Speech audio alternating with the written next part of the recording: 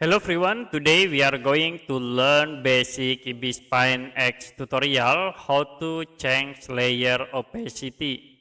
So as example in this layer I will create objects, can set into this black color and I will create in it.